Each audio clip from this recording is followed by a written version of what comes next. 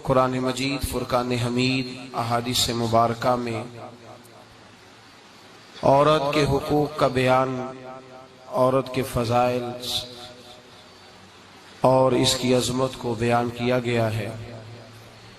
اسلام نے مرد اور عورت کو ثواب اور اجر کے لحاظ سے،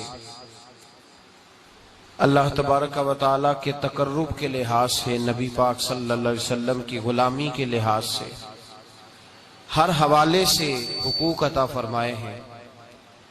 قرآن مجید نے مرد اور عورت کے جو باہمی تعلق کو بیان کیا تو فرمایا کہ ہن لباس لکم وانتم لباس لہن، عورتیں تمہارا لباس ہیں اور تم ان کا لباس ہو۔ ایک کو دوسرے کے لیے لباس قرار دیا۔ یہ بات اپنی جگہ پہ حقیقت ہے کہ اسلام نے یہ کہا ہے کہ الرجال قوامون علی النساء، مرد عورتوں پر درجہ رکھتے ہیں، فضیلت رکھتے ہیں۔ اس کی وجہ یہ ہے کہ اسلام نے ذمہ داریاں ساری مرد کی لگائی ہیں۔ بعض جگہ پہ بعض لوگ یہ بات کرتے ہیں کہ خاتون کا جائیداد میں آدھا حصہ رکھا گیا ہے اور مرد کو پورا حصہ دیا گیا ہے۔ اس کی کیا وجہ ہے؟ تو اس کی وجہ بھائی یہ ہے کہ عورت کا حصہ اس لیے آدھا رکھا گیا ہے کہ اس کی ذمہ داری کوئی نہیں۔ عورت اگر مالدار بھی ہو، صاحب حیثیت بھی ہو، صاحب جائیداد بھی ہو، لاکھوں کروڑوں کا روپیہ رکھتی ہو، پھر بھی عورت کے سارے اخراجات اس کے خاوند کی ذمہ داری ہوتے ہیں۔ اسلام نے یہ حکم دیا ہے کہ عورت کا کھانا پینا، لباس، رہائش، اس کے کپڑے، اس کی دوائی، حتیٰ کہ اگر اپنے بال بچوں کے سمیت وہ اپنے میکے میں بھی وقت گزارتی ہے تو پھر بھی اس کی ضروریات کا ذمہ اس کے خاوند کا لگایا گیا۔ چونکہ عورت کی ذمہ داری کوئی نہیں رکھی گئی، اس کی کوئی ذمہ داری اس حوالے سے شریعت نے متعین نہیں فرمائی، لہذا جب جائیداد دی گئی تو اس کا آدھا حصہ رکھا گیا۔ اگر اس تناظر میں دیکھیں گے کہ ذمہ داری اس کی کوئی بھی نہیں، خرچہ اس کا کوئی بھی نہیں، اور اس کو پھر بھی آدھا حصہ دیا گیا ہے، تو پھر لوگ ضرور یہ بات سمجھنے کو تیار ہوں گے کہ اس تناظر میں تو اسلام نے عورت کو زیادہ حصہ عطا فرمایا ہے، اس کے ذمہ کام ہی کوئی نہیں لگایا، ذمہ داری کوئی نہیں لگائی، ذمہ داری ساری جو ہے اس کے خاوند کی لگائی گئی۔ اسلام نے عورت کے حقوق کی صرف بیان نہیں کیے بلکہ عورت کے فضائل بیان کیے، خاتون کو عزت سے نوازا ہے۔ دیکھیے نا، بیٹے کی ذمہ داری باپ کے ذمہ اتنی دیر تک ہوتی ہے جب تک بیٹا بالغ نہیں ہو جاتا۔ جب بیٹا بالغ ہو گیا، شعور والا ہو گیا، باپ کی ذمہ داری ختم۔ وہ اپنی شادی کے انتظامات خود کرے گا، اپنے لیے وسائل خود ڈھونڈے گا، اس کو جتنی بھی زندگی میں ضروریات ہیں ان کی کفالت کے لیے اسباب وہ خود مہیا کرے گا، اس کے باپ کی یہ ذمہ داری نہیں۔ لیکن عورت کے لیے بیٹی کے حق میں قانون یہ نہیں ہے کہ بالغ ہو گئی تو ماں باپ فارغ ہو گئے، بلکہ بیٹی کے حق میں قانون یہ ہے کہ جب تک بیٹی کی شادی نہیں ہو جاتی، جب تک اس بیٹی کا نکاح نہیں ہو جاتا اور وہ اپنے سسرال نہیں چلی جاتی، اتنی دیر تک اس کو ماں باپ کی ذمہ داری رکھا گیا ہے۔ پیدا ہونے سے لے کر نکاح تک وہ ماں باپ کی ذمہ داری ہے، اور نکاح کے بعد وہ خاوند کی ذمہ داری ہے، اور جب بچے جوان ہو جائیں تو پھر ماں کی خدمت کریں گے تو اللہ جنت عطا فرمائے گا۔ تو ہر لحاظ سے عورت کو تحفظ دیا گیا، تحفظ جو جدید معاشرے سے متاثر ہو کر اور چند جھوٹے ناڑوں کی دھوکے اور فریب میں آ کر بعض پڑھی لکھی خواتین یہ مطالبہ کرتی ہیں کہ ہمارے برابر کے حقوق ہیں تو ہمیں میدان عمل میں نکلنا چاہیے، ہمیں بھی اپنے لیے اسباب جمع کرنے چاہیے، نوکری کرنی چاہیے، تجارت کرنی چاہیے، ہمیں بھی باہر نکل کر مردوں کے شانہ بشانہ نکلنا چاہیے، تو یہ تو ان کے ساتھ زیادتی کی جا رہی ہے، یہ تو انہیں دھوکہ دیا جا رہا ہے، یہ تو انہیں کچھ شرائط کے ساتھ عورت با پردہ ہو کر کسی مجبوری کے تحت اگر کوئی کام کرتی ہے تو شریعت اس کو پابندی نہیں لگاتی، لیکن جو رنگ اور طریقہ ہمیں سکھایا جا رہا ہے کہ اس کو کوئی ضرورت بھی نہیں، کوئی مجبوری بھی نہیں، کوئی ایسی حاجت بھی نہیں، بلا وجہ وہ کام کرنا چاہ رہی، اور کام بھی وہ اس لیے نہیں کرنا چاہ رہی کہ وہ اپنے خاوند کا ہاتھ بٹائے گی یا ضروریات کے اندر خیال رکھے گی، بلکہ اس کو کہا یہ جا رہا ہے کہ تو کسی کی محتاج نہ رہے گی، تو بالکل آزاد ہو جائے گی، جو تیرے طبیعت میں آئے گا تو وہ کرے گی، تو پابند نہیں رہے گی خاوند کی۔ تو آج چونکہ میڈیا عام ہو گیا ہے اور لوگ ہر وہ بات جو کسی شخص کے اپنے ذاتی فائدے کی ہوتی ہے اس کو لوگ ذرا زیادہ توجہ سے سنتے ہیں، زیادہ کان لگاتے ہیں، اس کا نقصان پھر یہ ہوتا ہے کہ خواتین بیچاری شکار ہو جاتی ہیں، اور معاذ اللہ تعالی ثم معاذ اللہ یہاں تک باتیں سننے میں ملتی ہیں کہ اسلام نے تو شاید حقوق ہی پورے نہیں دیے، اور اب یورپ کی کوئی خاتون اٹھے گی اور مادر پدر آزاد ہو کر کچھ ایسا پیغام لائے گی جس سے عورتوں کے حقوق کا تعین ہوگا۔ میرے بھائی، عورت کے جتنے حقوق ہو سکتے تھے، جتنے کو حقوق ہو سکتے، جتنی کہ اس کو ضرورت تھی، اس سے کہیں بڑھ کر میرے رسول نے عطا فرمائے، اس سے کہیں بڑھ کر نبی پاک نے عطا فرمائے، اور ایک حرف کی، ایک لفظ کی، ایک نقطے کی بھی مزید گنجائش نہیں رکھی رسول کریم صلی اللہ علیہ وسلم۔ دیکھیے نا، اور پھر کتنی تیزی سے حضور نے بدلا۔ آج تو کہتے ہیں بل اسمبلی میں جائے گا، وہاں وہ پاس ہوگا، وہاں پھر اس پر اگر اعتراضات ہوں گے تو وہ سنے جائیں گے، اس کے بعد اس کو لایا جائے گا تھانوں میں، پھر اس پر عمل درآمد کرایا جائے گا، کون جیتا ہے تیری زلف کے سر ہونے تک۔ عرب کے معاشرے کے اندر بچی زندہ درگور کی جاتی تھی، اس کا کوئی حق نہیں تھا، کوئی اس کو پوچھتا نہیں تھا۔ میرے نبی کریم علیہ الصلوۃ والسلام نے رنگ ہی بدل دیا، آتے رنگ ہی بدل دیا، انداز ہی بدل دیا۔ حضور نے فرمایا جس شخص کو اللہ بیٹی دے اور پھر وہ اپنی بیٹی کے ساتھ پیار کرے، پھر وہ اس سے اچھا ادب سکھائے، اور بیٹے کو بیٹی پر ترجیح نہ دے، یہ نہ کہے کہ یہ بیٹا ہے تو زیادہ پیارا، ترجیح نہ دے، بلکہ مساوی سلوک کرے، برابر کا سلوک کرے، اچھا ادب سکھا کے اسے رخصت کر دے، اس کا نکاح کر دے۔ اتنی بڑی شان بیان کی۔ حضور نے فرمایا جس طرح میری 2 انگلیاں جڑی ہوئی ہیں اس طرح میرے ساتھ جڑ کے جنت میں داخل ہو جائے گا۔ اتنا بڑا مقام حضور نے عطا فرمایا، اتنا بڑا مقام عطا فرمایا۔ نبی پاک حضرت عائشہ صدیقہ رضی اللہ تعالیٰ عنہ فرماتی ہیں میرے پاس ایک عورت آئی تو میں نے اس کے ساتھ 2 بیٹیاں تھی اس کی، میرے پاس 3 کھجوریں تھی، میں نے اس بی بی کو دے دی، 2 بیٹیاں تھیں۔ اس عورت نے کیا کیا، میں دیکھ رہی تھی، ماں تھی نا اور بیٹیوں کی ماں تھی، اس نے پہلے ایک ایک کھجور دونوں بیٹیوں کے منہ میں ڈالی، اور پھر جو کھجور اس کے پاس بچ گئی میرا خیال تھا یہ کھائے گی، لیکن اس ماں نے اس کھجور کے 2 ٹکڑے کیے اور وہ بھی اپنی بیٹیوں کے منہ میں ڈالے۔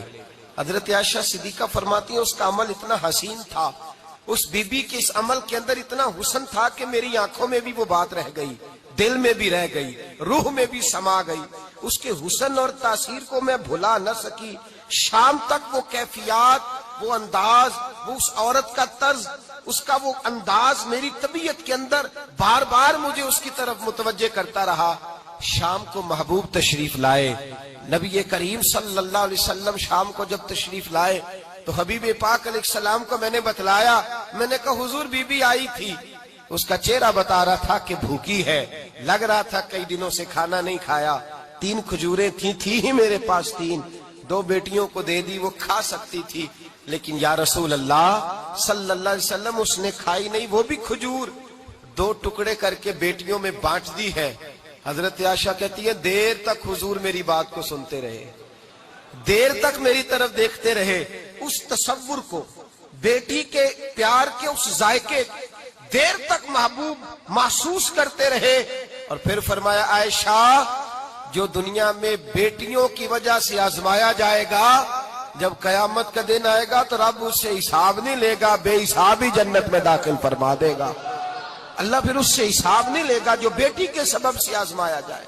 یعنی حضور نے باپ کو کہا کہ بیٹی کو مصیبت نہ سمجھنا، اگر کبھی اس کے میکے سے جھگڑے کا پیغام بھی آ جائے، اگر کبھی دوبارہ تجھے اس کی طرف پلٹ کر جانا بھی پڑے۔ میرے نبی پاک صلی اللہ علیہ وسلم سے کسی صحابی نے کہا تھا یا رسول اللہ بہترین صدقہ کون سا ہے؟ حضور بہترین صدقہ کون سا ہے؟ وہ میرا مال جو اللہ کے راستے میں خیرات کروں تو رب مجھے زیادہ اجر عطا کرے، وہ کون سا ہے؟ تو میرے نبی پاک نے فرمایا اگر تیری بیٹی واپس لوٹ آئی طلاق کی وجہ سے یا بیوہ ہو کر واپس آ گئی اور تجھے اس لوٹنے والی بیٹی پر کچھ خرچ کرنا پڑا تو تیرے رسول کا وعدہ یہ ہے کہ اللہ تجھے اس روپے پر سب سے زیادہ اجر عطا فرمائے گا، اس پیسے پر اللہ تجھے سب سے زیادہ۔ انہیں بوجھ نہ جاننا، ان کی آزمائشوں پہ پریشان نہ ہونا۔ گھر کبھی بیٹی کا پیغام آ جائے کہ اس کو پھر سے یہ تکلیف ہوئی ہے، باپ سمجھنے لگا تھا کہ میں تو فارغ ہو گیا، نکاح کر کے میں فارغ ہو گیا، پھر اگر کبھی اسے پیغام آئے تو میرے مصطفیٰ کریم نے فرمایا وہ پریشان نہ ہو، وہ دکھی نہ ہو، بلکہ جو بیٹی کی وجہ سے آزمایا جائے گا اس سے تو حساب ہی نہیں لیا جائے گا، اللہ بغیر حساب ہی جنت عطا فرما دے گا۔ اتنا بڑا مقام، اتنی بڑی عظمت اور فضیلت اللہ کے رسول نے بیٹیوں کے ماں باپ کو عطا فرمائی۔ بیٹیوں کے ماں باپ اس چیز کو سمجھیں کہ وہ تو اعزاز حاصل کر رہے ہیں، ان کو تو اللہ تبارک و تعالیٰ نے فضیلت دی ہے بیٹی دے کر، ان کے لیے تو خدا نے رحمت کا سامان کیا ہے۔ آج بھی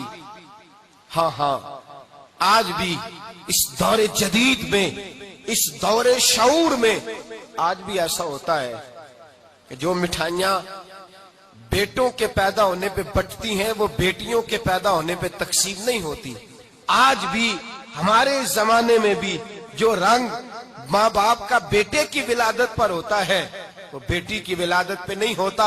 او خدا کے بندے، بیٹا تو نعمت ہوتا ہے، نعمت کا حساب لیا جائے گا، اور بیٹی تو رحمت ہوتی ہے۔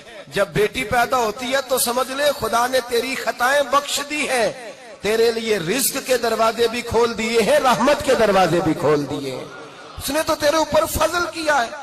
یہاں تو تجھے زیادہ مٹھائی بانٹنی چاہیے، یہاں تو تجھے زیادہ اعزاز کا خیال کرنا چاہیے، اور یہاں تو نے توجہ ہی نہیں کی۔ تو یاد رکھیے بیٹی کو عظمت دی اسلام، فضیلت دی۔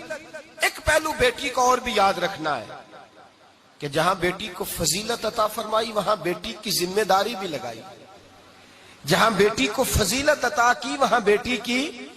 میرے رسول پاک علیہ السلام نے فرمایا بیٹیوں گھروں میں ٹھہری رہو، خاوند کی فرما برداری کرو، گویا اپنے ماں باپ کی عزت کا پاس اور لحاظ کرو۔ فرمایا گھروں کے اندر ٹھہری رہو، باہر نکلو گی تو شیطان تمہیں تاڑے گا، اپنے ماں باپ کا خیال کرو، اگر تم اس حال میں دنیا سے جاؤ گی تو رب تمہیں بے حساب ہی جنت عطا فرمائے گا۔ بیٹی کی ذمہ داری بھی لگائی، ذمہ داری بھی اس کی، ماں باپ کی خدمت کرے گی، ماں باپ کا پاس اور لحاظ کرے گی۔ بھائیو، کائنات میں جو بیٹی سب سے زیادہ عزت والی ہے وہ میرے مصطفیٰ کی بیٹیاں ہیں۔ اللہ تعالیٰ نے محبوب کو 4 بیٹیاں عطا فرمائی۔ میرے اعلیٰ حضرت فرماتے ہیں میں ان کو صاحبزادیاں نہیں کہتا، میں تو انہیں نور زادیاں کہتا ہوں۔ نور زادیاں عطا فرمائی، تیری نسل پاک میں ہے بچہ بچہ نور کا، تو ہے نے نور تیرا سب گھرانہ نور۔ 4 نور زادیاں، سب سے چھوٹی حضرت فاطمہ۔ بیٹیوں توجہ کرنا، آج یوم وصال ہے سیدہ فاطمہ کا، کائنات کے سب سے عظیم گھر میں سب سے عظیم بیٹی پیدا ہوئی حضرت فاطمہ۔ 16 سال یا 18 سال یا کم و بیش مصطفیٰ کے گھر میں وقت گزارا۔ حضرت فاطمہ الزہرا ہر اس بات کی پابند تھیں جو پابندی نبی پاک نے عطا فرمائی ہے۔ کسی جگہ بھی بیٹیوں، کسی جگہ بھی حضرت فاطمہ الزہرا نبی پاک سے کوئی مطالبہ کرتی نظر نہیں آتی، کسی جگہ کوئی مطالبہ نہیں، کوئی مطالبہ نہیں، کسی جگہ کوئی ایسی بات نہیں جو باپ کے لیے، ماں کے لیے بوجھ کا سبب بنے۔ دیکھا کہ میرے والدین کس بات پہ راضی۔ ایک دفعہ حضرت فاطمہ کا ایک مطالبہ آیا بھی کس طرح، بخاری میں، مسلم میں، تمام کتب حدیث میں حدیث ہے۔ حضرت فاطمہ حاضر ہوئی اور خود نہیں آئیں، مولا کائنات شیر خدا علی المرتضیٰ رضی اللہ تعالی عنہ نے کہا کہ فاطمہ آؤ، بیٹی اپنی ذمہ داری کا بھی احساس کرے، اپنی ذمہ داری کا بھی احساس کرے، وہ سمجھے کہ بحیثیت بیٹی میرے فضائل ہیں تو میری کچھ ذمہ داری بھی۔ حضرت فاطمہ الزہرا تشریف لائیں حضرت علی کے کہنے پر۔ جناب علی کہنے لگے فاطمہ مجھ سے دیکھا نہیں جاتا، تو چکی بھی پیستی ہے، آٹا بھی گوندتی ہے، روٹیاں بھی پکاتی ہے، جھاڑو بھی دیتی ہے، اور امام حسن اور حسین کے درمیان پورے سال کا وقفہ نہیں تھا، 11 مہینے کا وقفہ تھا، 2 بچے بھی تقریباً ہم عمر ہیں، اتنی زیادہ تو مشقت کرتی ہے۔ بھائی سویرے جو بیٹی اٹھتی ہے، آٹا رات کو گوند کر کے اس نے رکھ دیا ہے فریزر کے اندر، سویرے فریج سے نکالا ہے اور نکال کے روٹیاں پکائی ہیں، پھر بھی وہ قابل ستائش ہے، پھر بھی وہ یہ کہتی ہے کہ بڑا مشکل کام ہے یہ، سویرے اٹھنا، افطاری تیاری کرنا اور کھانا پکانا، آدھا گھنٹہ پونا گھنٹہ پہلے اٹھنا پڑتا ہے۔ ذرا حضرت فاطمہ الزہرا رضی اللہ تعالیٰ عنہ کا معیار زندگی بھی ملاحظہ فرمائیے، شہزادی کونین، سب سے بڑی شہزادی، وہ کتنے بجے اٹھتی ہوں گی جس بی بی نے آٹا بھی خود پیسنا ہے، گھر میں جھاڑو بھی دینا ہے، اور پھر عورتیں کہتی ہیں آٹا گوند کر کے فوراً روٹی نہیں پکائی جاتی، کچھ دیر رکھنا پڑتا ہے، پھر اس کو رکھنا ہے، پھر اس کو تیاری کرنا ہے، پھر حضرت مولا علی کو دینا ہے، پھر حسنین کریمین کو دینا ہے۔ حضرت عائشہ صدیقہ کہتی ہیں مولا علی نے کہا کہ فاطمہ تیری یہ مشقت دیکھی نہیں جاتی، چل نہ در رسول پہ چلیں، حضور سے خادم کا سوال کر لے، ایک ملازم مل جائے جو کام کاج میں تیرا ہاتھ بٹھائے۔ حضرت فاطمہ تشریف لائیں۔ بھائی میرا تو خیال یہ ہے کہ بیٹی اگر باپ سے آ کے مطالبہ کرے تو ہو سکتا ہے باپ شہر کے چوراہے میں کھڑا ہو جائے اور کہے کوئی مجھے خرید لے اور میں بیٹی کی خواہش پوری کر دوں۔ شاید ماں باپ بکنے کو تیار ہو جائے، شاید ماں باپ بکنے کو تیار ہو جائے، اتنا بڑا یہ کام ہوتا ہے۔ حضرت فاطمہ الزہرا تشریف لائیں اور جناب عائشہ کہتی ہیں ہاتھ کھول کے چھالے دکھائے، ہاتھوں میں پڑے ہوئے چھالے، یا رسول اللہ صلی اللہ علیہ وسلم تک کی پیس کے چھالے پڑ گئے، ایک غلام مل جائے۔ میرے نبی پاک نے کیا فرمایا؟ فرمایا فاطمہ جا گھر جا کے 33 بار سبحان اللہ پڑھ، 33 بار الحمدللہ پڑھ، 34 بار اللہ اکبر پڑھ، اللہ تجھے غلام آزاد کرنے کا ثواب عطا فرمائے گا۔ اور فرمایا گویا چکی تو نہیں پیسنی ہے، آٹا تو نہیں گوندنا ہے، گھر میں جھاڑو تو نہیں دینا ہے، اللہ کے فرائض، خامن کی ذمہ داری، دین کی نوکری، بچوں کی پرورش تیری ہی ذمہ داری۔ اب وہاں حضرت فاطمہ الزہرا کا جو جواب ہے وہ یہ نہیں ہے کہ ابا جی فلاں کے گھر کے اندر اتنے ملازم ہیں، فلاں نے اپنی بیٹی کو اتنا جہیز دے کے بھیجا ہے۔ حضرت فاطمہ بیٹی ہونے کی ذمہ داری کا احساس کرتی ہیں اور کیا فرماتی ہیں؟ جب حضور نے فرمایا جاؤ یہ تسبیحات پڑھو تو حضرت فاطمہ کا جواب کیا ہے؟ عرض کرتی ہیں یا رسول اللہ میں خوش ہو گئی ہوں، میں خدا سے بھی راضی ہوں، محمد مصطفیٰ سے بھی راضی ہوں، میں راضی ہو گئی ہوں، مجھے خیر مل گئی ہے، مجھے اللہ تبارک و تعالیٰ کی طرف سے انعام سے نوازا گیا۔ بیٹی ذمہ داری کا بھی احساس کرے، وہ افکار، نظریات، باپ کی عزت، اس کا پاس، اس کا لحاظ بھی کرے۔ یہ یاد رکھے بیٹی جب تک اپنے ماں باپ کے افکار کا، عزت کا، اقوال کا خیال رکھے گی اور ان کی پہنچ کے مطابق چلے گی، گویا اس نے ذمہ داری کا احساس۔ اور بیٹی خدمت کرنے کی کوشش کرے، بالخصوص اپنی والدہ کے حوالے سے، بالخصوص والد کے حوالے سے وہ احساسات پیدا کرے، اسے جتنا بھی موقع میسر آئے، جتنی بھی اسے اللہ تبارک و تعالیٰ توفیق دے، وہ اپنے ماں باپ کی خدمت کرے۔ حضرت اسماء بنت ابی بکر صدیق رضی اللہ تعالیٰ عنہ جناب صدیق اکبر کی صاحبزادی ہیں، وہ فرماتی ہیں میری والدہ مشرکہ تھی، کلمہ نہیں پڑھتی تھی، مجھے ملنا چاہتی تھی، لیکن میرے لیے ذمہ داری یہ تھی کہ پہلے رسول پاک سے پوچھوں، میرے نبی پاک صلی اللہ علیہ وسلم اجازت دیں گے تو ملاقات کروں گا۔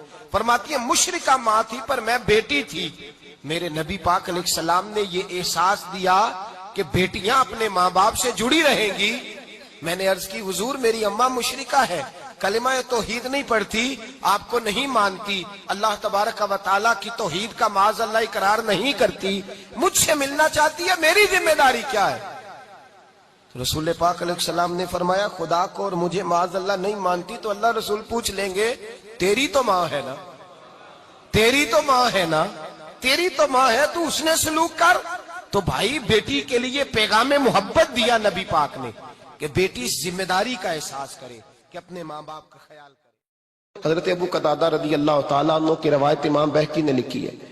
حضرت ابو قتادہ رضی اللہ تعالیٰ عنہ فرماتے ہیں میں مسجد شریف میں حاضر ہوا تو نبی پاک صلی اللہ علیہ وسلم نماز کے لیے آئے، فرض نماز کا وقت نہیں تھا، حضور ویسے آئے نوافل ادا کرنے، تو نبی پاک نے نا اپنی نواسی کو ساتھ لیا، حضرت سیدہ زینب رضی اللہ تعالیٰ عنہ حضور کی بڑی صاحبزادی، ان کی بیٹی جناب امامہ بنت زینب رضی اللہ تعالیٰ عنہ حضور کے ساتھ ہے، نبی پاک ساتھ لائے، نماز پڑھنے بچی کو لائے اور فرماتے میری نظر پڑی تو محبوب فرمانے لگے میں آ رہا تھا تو ضد کر رہی تھی کہ نانا میں نے بھی جانا ہے تو میں ساتھ ہی لے آیا ہوں، نماز پڑھنے حضور ساتھ لے آئے۔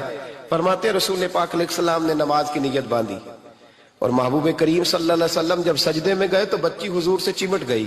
حضرت ابو قتادہ رضی اللہ تعالیٰ عنہ فرماتے حضور اٹھنا چاہتے ہیں، وہ اٹھنے نہیں دے رہی، تو میرے محبوب نے اٹھتے ہوئے بچی کو بھی ساتھ ہی اٹھا لیا، گود میں پکڑ کر محبوب اللہ کی نماز میں موجود ہے، گود میں۔ جب حضور رکوع میں جاتے تو بٹھا لیتے، جب اٹھتے تو اٹھا لیتے۔ نبی ابو قتادہ فرماتے ایک وہ دور تھا، ایک وہ زمانہ تھا کہ جب لوگ بچیاں دفن کرتے تھے، اور آج یہ رنگ آیا کہ جب حضور نے بیٹی سے پیار کیا تو میں دعائیں کر رہا تھا اللہ مجھے بھی بیٹی عطا کرے، میں دعا کر رہا تھا یہ انداز دیکھ کے کہ مالک مجھے بھی دے، مجھے بھی بیٹی دے، تو میں بھی اسے اسی طرح اٹھایا، اسی طرح پیار کروں گا، اسے اسی طرح میں محبت دوں گا، یہی رنگ میں اپنی بیٹی کے ساتھ رکھوں گا، یہ انداز میں اختیار کروں گا۔ بھائیو یہ وہ انقلاب ہے جو میلاد والے رسول نے عطا فرمایا، یہ وہ رنگ ہے، یہ وہ انداز ہے۔ میرے عزیزو یہ یاد رکھنا، یہ وہ والا انقلاب ہے جو کسی اور کے لیے ممکن نہیں، کسی اور کے لیے۔ حضرت صعصع بن ناجیہ رضی اللہ تعالیٰ عنہ حضور کے ایک صحابی ہیں، دور جاہلیت میں ایک مالدار آدمی تھے اور وزادار آدمی تھے، ڈیرے دار کہتے ہیں آپ اپنے لفظوں میں، ایک مالدار وزادار، ایسا شخص جس کے گھر سے لوگوں کو کھانا ملتا، کسی مسافر کو رات گزارنی ہوتی تو اسے چارپائی اور بستر نصیب ہوتا۔ جناب صعصع بن ناجیہ رضی اللہ تعالیٰ عنہ دروازہ رسول پہ آئے کلمہ پڑھنے، جب مسلمان ہوئے تو نبی کریم علیہ السلام کی بارگاہ میں عرض کرنے لگے یا رسول اللہ صلی اللہ علیہ وسلم ایک بات پوچھنی ہے۔ حضور نے فرمایا پوچھو۔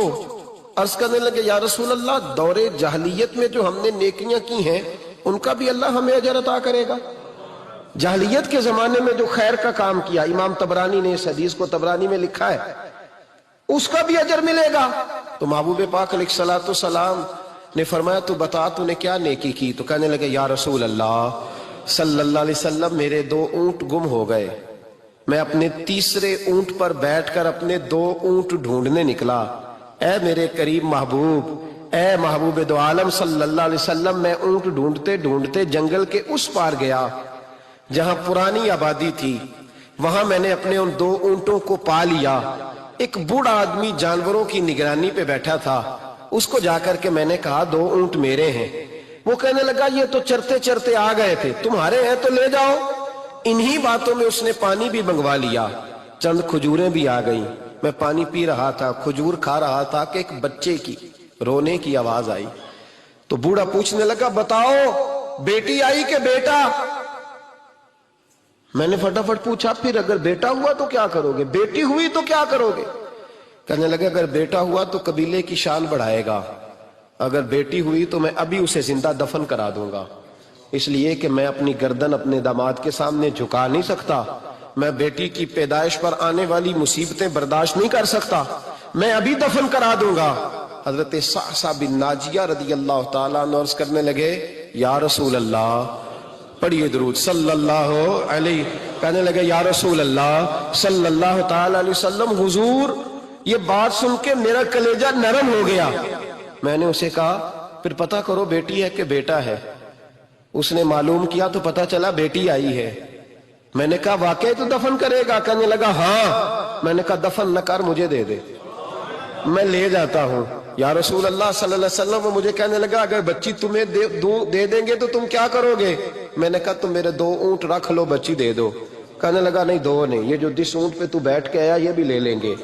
جناب صعصع بن ناجیہ عرض کرنے لگے اے محبوبہ میرے کریم رسول، میں نے نہ اس کو کہا ایک آدمی میرے ساتھ بھیج، مجھے گھر چھوڑ آئے اور اونٹ میں اسے واپس دے دیتا ہوں۔ یا رسول اللہ صلی اللہ علیہ وسلم، میں نے 3 اونٹ دے کے ایک بچی لی۔ حضور اس بچی کو لا کے میں نے اپنی کنیز کو دیا، نوکرانی کو۔ حضور میں روز جاتا، اسے دودھ پلا رہی ہوتی، حضور وہ اسے کھجور نرم کر کے کھلا رہی ہوتی۔ یا رسول اللہ وہ بچی میری داڑھی کے بالوں سے کھیلتی، وہ میرے سینے سے لگتی۔ حضور مجھے نیکی کا چسکا لگ گیا۔ پھر میں ڈھونڈنے لگا کون کون سا قبیلہ بچیاں دفن کرتا ہے۔ یا رسول اللہ میں ڈھونڈنے لگا، حضور میں 3 اونٹ دے کے ایک بچی لایا کرتا۔ یا رسول اللہ میں نے 360 بچیوں کی جان بچائی ہے اور حضور میری حویلی میں 360 بچیاں پلتی ہیں، اے آمنہ کے لال بتا میرا مالک مجھے اس کا اجر دے گا؟ کہتے ہیں حضور کا تو رنگ ہی بدل گیا، داڑھی پہ آنسو گرنے لگے، اٹھ کے مجھے سینے سے لگایا، میرا ماتھا چوم کے فرمانے لگے یہ تجھے اجر ہی تو ملا ہے، رب نے تجھے دولت ایمان عطا کر دی ہے، یہ اجر ہی تو ملا ہے کہ رب نے تجھے اسلام کی دولت دے دی، یہ اجر ہی تو ملا ہے، یہ ملا ہے اجر۔ اور محبوب فرمانے لگے یہ تیرا دنیا کا اجر ہے اور تیرے رسول کا وعدہ ہے قیامت کے دن بھی رب کریم تجھے خزانے کھول کے اجر عطا فرمائے۔ حضرت انس بن مالک رضی اللہ تعالیٰ عنہ فرماتے ہیں بڑی اہم میٹنگ جاری تھی، اہم میٹنگ، ایک پگلی بی بی آ گئی، دیوانی پاگل، آ کے حضور کے سامنے کھڑی ہوگی، میٹنگ جاری تھی۔ پاگلوں کو صرف ان کی اماں ٹائم دیتی ہے، اس کے علاوہ نہیں کو ٹائم دیتا۔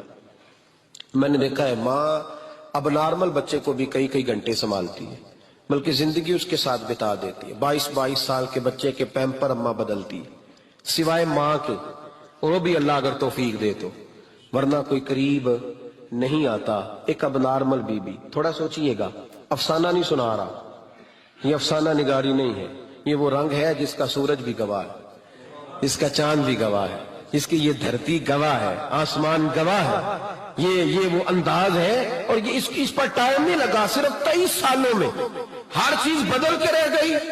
محبوب رحمت صلی اللہ تعالی علیہ وسلم کے سامنے پگلی عورت، پھر ذہن پہ زور دینا، دیکھا ہے کبھی پاگلوں کو کوئی ٹائم دیتا؟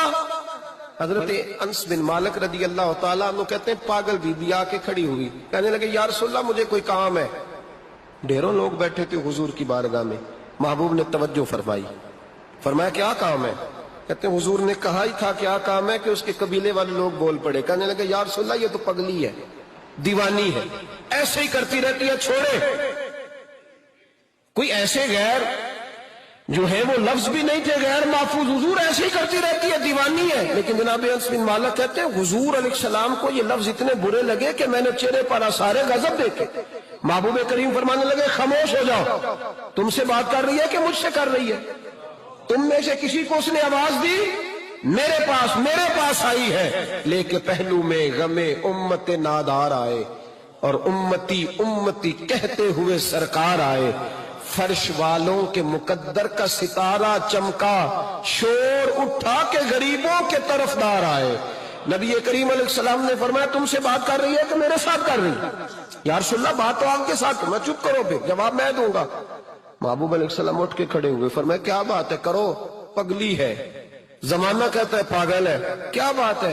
کہنے لگے حضور یہاں نہیں کرنی، میں نے اکیلے میں کرنی۔ حضرت انس کہتے ہیں حضور کو اکیلے میں لے گئی، سارا مدینہ گزر کے صحرا آ گیا، ریت پہ حضور کو بٹھا لیا، محبوب بیٹھ گئے، میں بھی پاس تھا۔